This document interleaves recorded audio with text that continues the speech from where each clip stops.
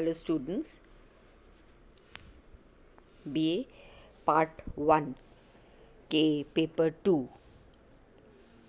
Home management की कक्षा में मैं डॉक्टर गुंजन भट्ट आप लोगों का स्वागत करती हूँ। अपना एक पहला इस पेपर का फर्स्ट टॉपिक चल रहा था जिसमें मैंने आपको गृह प्रबंध क्या है समझाने का कोशिश की है। पिछली कक्षा में हमने पढ़ा कि गृह और प्रबंध ये दो शब्दों से मिलकर के ये शब्द बना है।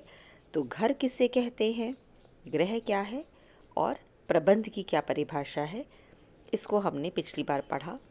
अब हम विभिन्न वैज्ञानिकों द्वारा दी गई गृह पर प्रबंध की परिभाषा पढ़ेंगे आज, और गृह प्रबंध के क्या उद्देश्य होते हैं इसको जानेंगे।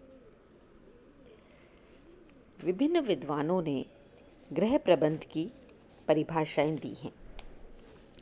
हम सभी गृह प्रबंध का जो प्रयोग है वो दैनिक जीवन में करते हैं और सामान्यतः हर व्यक्ति इससे परिचित है। हम जाने ना अनजाने में हर दिन कोई भी कार्य है, आपको कॉलेज आना है तो इस बारे में भी हम प्लानिंग करते हैं सुबह कि क्या कितने बजे निकलना है, कौन कौन सी कक्षाएं हैं, बैग में क्या क्या रखना है। ये एक प्रबंध प्रक्रिया है और घर में जब हम अप्लाई कर रहे होते हैं तो वो गृह प्रबंध हो जाता है। तो हम सभी इसके अर्थ से वैसे तो परिचित हैं, लेकिन इसके अर्थ को स्पष्ट करना फिर और भी आवश्यक है, क्योंकि आगामी जो भी हम चर्चा करेंगे वो सब इन्हीं परिभाषाओं पर आधारित होगी। तो विभिन्न विद्वानों ने जो अपने अपने तरीक़ों से गृह प्रबंध की परिभाषा की है उनमें से कुछ आपको बताती हूँ। पहली परिभाषा जो है वो जो हम ले रहे हैं वो है गुड जॉनसन द्वारा दी गई परिभाषा। गुड जॉनसन कहते हैं कि गृह प्रबंध को इस प्रकार से इन्होंने परिभाषित किया है कि यह सभी देशों में पाए जाने वाला सबसे अधिक सामान्य व्यवसाय है जिसमें अधिकांश व्यक्ति कार्यरत हैं। यह अधिकांश धन का उपयोग किया जाता है तथा यह व्यक्तियों के स्वास्थ्य की दृष्टि से अधिक महत्वपूर्ण है। Home management is common in all countries. Most common occupation employing most people, handling most money, and is of fundamental importance for the health of the people. यानी कि सबसे ज़्यादा खर्चा भी होम मैनेजमेंट के उसमें ही होता है और सबसे ज़्यादा लोग इसको व्यवसाय इन्होंने बोला, यानी कि होम मैनेजमेंट चाहे कोई व्यक्ति किसी भी व्यवसाय में हो, घर के मैनेजमेंट में वो ऑटोमेटिकली एम्प्लॉयड होता ही है। दूसरी जो साइंटिस्ट हैं वो हैं ग्रॉस एंड क्रैंडल।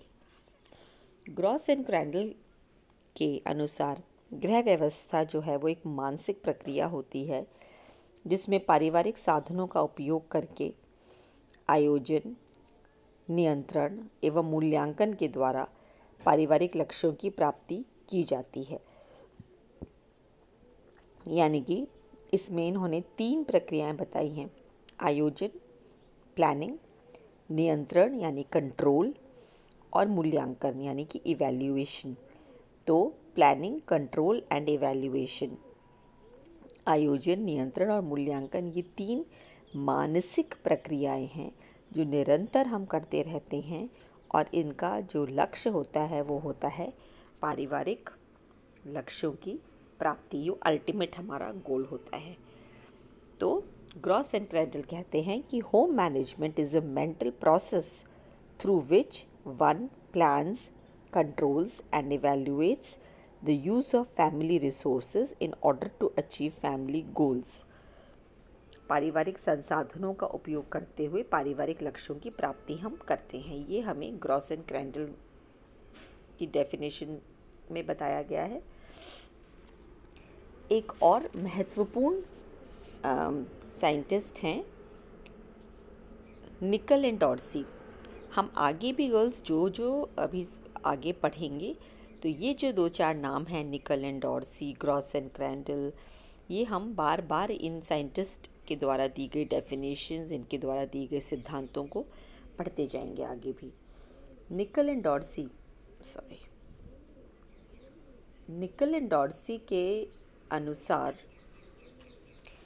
गृह प्रबंध आयोजन, संगठन, नियंत्रण एवं मूल्यांकन की वह क्रिया है जिसका उद्देश्य पारिवारिक साधनों के उपयोग से पारिवारिक लक्ष्यों की प्राप्ति है।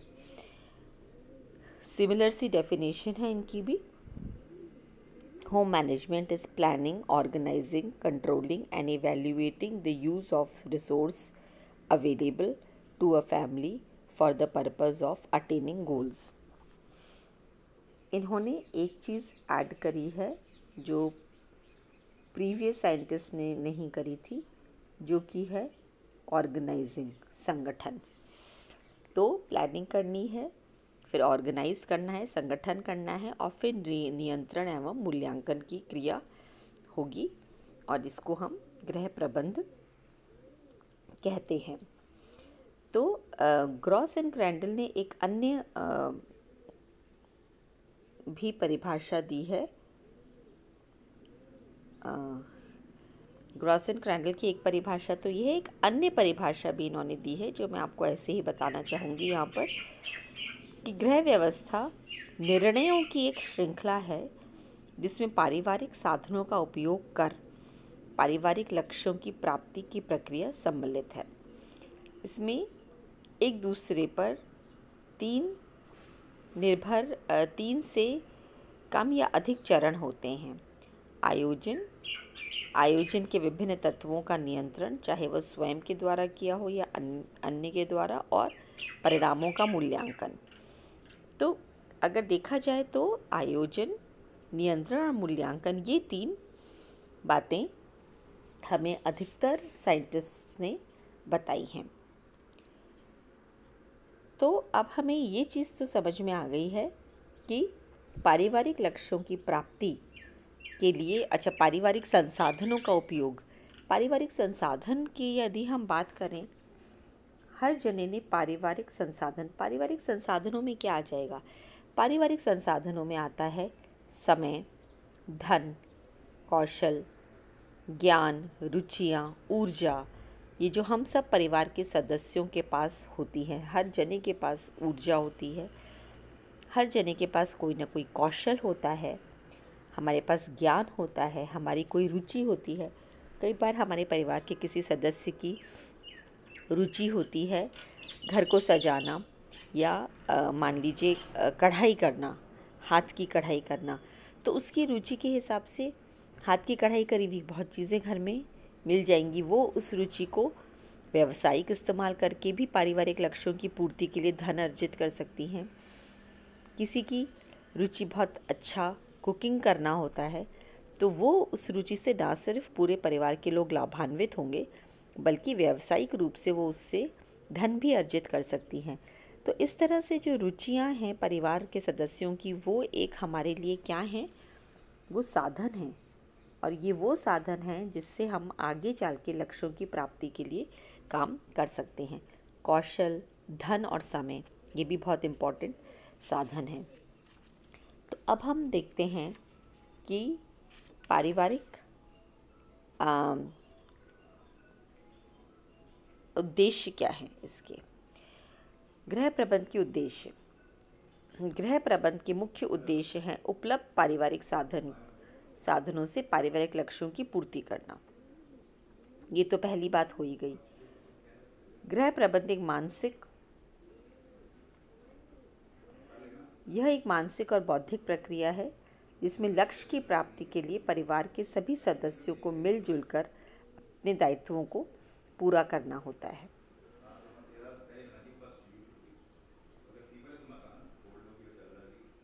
गृह प्रबंध का उद्देश्य। अब हम इसका उद्देश्य को एक एक करके इसके उद्देश्य लेते हैं। इसका पहला उद्देश्य हो गया कि परिवार के सभी सदस्यों की आवश्यकता की पूर्ति करना। नेचुरली ये एक बहुत ही सिंपल सी बात है, wants of all family members must be satisfied.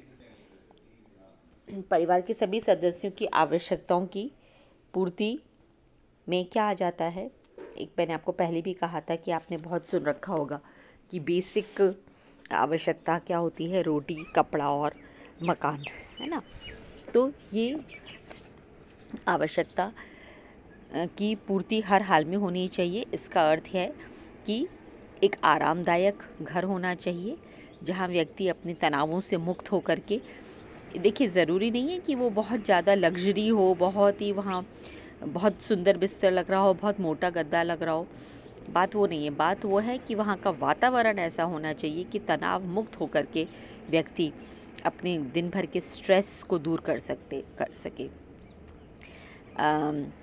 फिर और अगर आराम अर्जित करने के लिए परिवार के सदस्यों की कार्यक्षमता, वहाँ पे कार्यक्षमता और ज्ञान अर्जन में वृद्धि हो, ऐसा एटमॉस्फेयर होना चाहिए। फिर डेफिनेटली वहाँ पर आपकी सुख सुविधाओं के लिए टीवी, फ़ोन, फ्रिज, कंप्यूटर और एयर कंडीशनर, विलासिता की चीज़ें भी अगर कोई अर्जित कर रहा है तो ये तो पारिवारिक लक्ष्य होते हैं, ये होगा ही।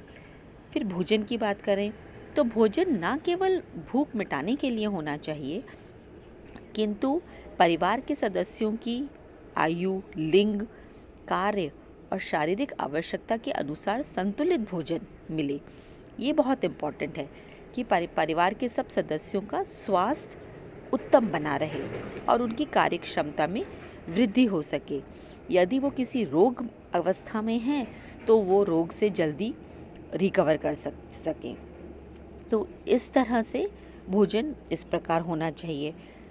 और कपड़े सिर्फ तन ढकने के लिए हैं तो ठीक है, वो तो आवश्यक है ही, लेकिन लक्ष्यों की प्राप्ति की जब हम बात करें तो परिवार, मैंने आपसे जैसे बताया, यदि किसी की रुचि है तो अच्छे से अच्छा हर जना कोशिश करता है कि अपनी सीमित आय में अच्छे से अच्छी तरह से रहे, अच्छे से अच्छे कपड़े खरीदे।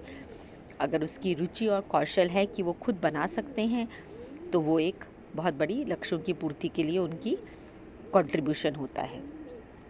तो ये परिवार के सभी सदस्यों की इस तरह से आवश्यकताओं की पूर्ति कैसे की जाएगी, ये होम मैनेजमेंट में हम सीखते हैं और एक उद्देश्य होता है। दूसरा उद्देश्य है सीमित आय से अधिकतम आवश्यकताओं की पूर्ति करना।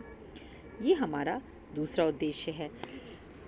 अब नेचुरली जैसा कि हम जानते हैं, आवश्यकताएं तो हर परिवार की अनंत होती हैं। बहुत बहुत अमीर व्यक्ति भी वहाँ रुक नहीं जाता कि हाँ मेरे इतने मैंने धन अर्जित कर लिया है, अब मुझे कुछ नहीं करना है। वो उससे और अधिक बनने की कोशिश करता रहता है। तो आवश्यकताएं हर परिवार की अनंत हैं, किंतु साधन हर परिवार के सीमित हैं। तो आवश्यकताओं का संबंध मनुष्य की इच्छाओं से होता है और इच्छाएं मुक्त होती हैं। तो सीमित साधनों में असीमित आवश्यकताओं की पूर्ति करना एक मुश्किल कार्य होता है और यहीं पर हमें मैनेजमेंट, जो कि हमने अभी मैंने आपको डेफिनेशन बताया, इसीलिए मैनेजमेंट ज़रूरी होता है। ये इसका बहुत ही अत्यंत और महत्वपूर्ण उद्देश्य है कि ज़्यादा से ज़्यादा आवश्यकताओं की पूर्ति हो सके, परिवार के ज़्यादा से ज़्यादा मेंबर्स को संतुष्ट हम रख सकें। व्यय को आय से अधिक नहीं होने देना चाहिए, ये बहुत आवश्यक है। इसके लिए फैमिली बजट किस तरह बनाना है, किन किन सामग्रियों की खरीदारी की जानी है, वस्तुएं कहाँ से खरीदनी है, परिवार की मासिक आय कितनी है, आदि इन महत्वपूर्ण बातों को गृहिणी को अच्छी तरह समझ लेना चाहिए और उसके हिसाब से ही अपना खर्च करना चाहिए। तीसरी बात हम करते हैं गृह कार्य को कुशलतापूर्वक संपन्न करना। यह एक अहम उद्देश्य है। गृह कार्यों को समय पर संपन्न करते हैं यदि हम, तो कार्य को इस ढंग से संपन्न किया जाए कि उसमें समय, शक्ति और श्रम की बचत हो। किसी भी कार्य को कुशलतापूर्वक संपन्न करने के लिए हमें एक योजना बना लेनी चाहिए। योजना एक दिन की भी बना सकते हैं, एक हफ्ते की बनाई जा सकती है, एक महीने की बनाई जा सकती है। कार्यों को योजना बनाने से सुविधा रहती है कि ये कार्य हमें हर वीक करना है, ये कार्य मुझे हर दिन करना है, तो उससे वो सुगमता से संपन्न हो जाते हैं और हम कार्यों को महत्व और उनकी आवश्यकता के मुताबिक प्राथमिकता दे देते हैं। उससे कोई भी कार्य पेंडिंग नहीं रहता और सब परिवार के लोगों को अपना समय पर कार्य हो जाता है। योजना बनाते समय परिवार के सदस्यों की राय ले लेनी चाहिए और योजना को कार्य रूप देने के लिए परिवार के सदस्य में कौन क्या कार्य कर सकता है उनको भी हम इंक्लूड करके योजना बना सकते हैं। चौथी बात है पारिवारिक स्तर को बनाए रखना। पारिवारिक स्तर को बनाए रखना यानी कि रहन सहन के स्तर को बनाए रखना। यदि संभव हो तो परिवार के स्तर को हम ऊंचा ही उठाएंगे, नीचा नहीं गिरने देंगे, जिससे जो परिवार जिस ज्ञान कुशलता या धार्मिक प्रवृत्ति और जिस आराम के साथ में रह रहा है उससे कम पर ना जाए बल्कि उसके ऊपर ही जाए। यह भी एक उद्देश्य होता है जिसकी प्राप्ति के लिए निरंतर गृहिणी को कार्यरत रहना पड़ता है। पारिवारिक वातावरण को स्वच्छ बनाए रखना ये एक बहुत ही इम्पॉर्टेंट कार्य है, क्योंकि परिवार एक ऐसी जगह है जहाँ लोग मधुर, सौहार्द और सुखपूर्वक रहना चाहते हैं। आपस में कोई द्वेष नहीं होना चाहिए, किसी से ईर्ष्या नहीं होनी चाहिए। परिवार की सफलता, घर की सुख समृद्धि और संपन्नता में विकास गृहिणी के ऊपर बहुत हद तक निर्भर करता है, क्योंकि वह घर की संचालिका होती है, निर्देशिका होती है। तो परिवार का कैसा नैतिक आचरण होगा, जीवन का स्तर कैसा रहेगा, यह सब बातें भी गृहिणी पर डिपेंड करती हैं। तो परिवार में आपसी स्नेह को बनाए रखना, अनुशासन रखना, परिवार के मूल्यों को स्थापित करना, यह भी गृह प्रबंध का एक बहुत इम्पॉर्टेंट उद्देश्य होता है। तो ये हुए गृह प्रबंध के उद्देश्य और परिभाषा। अब आगे की कक्षाओं में हम इस टॉपिक को और आगे बढ़ाएंगे। Thank you.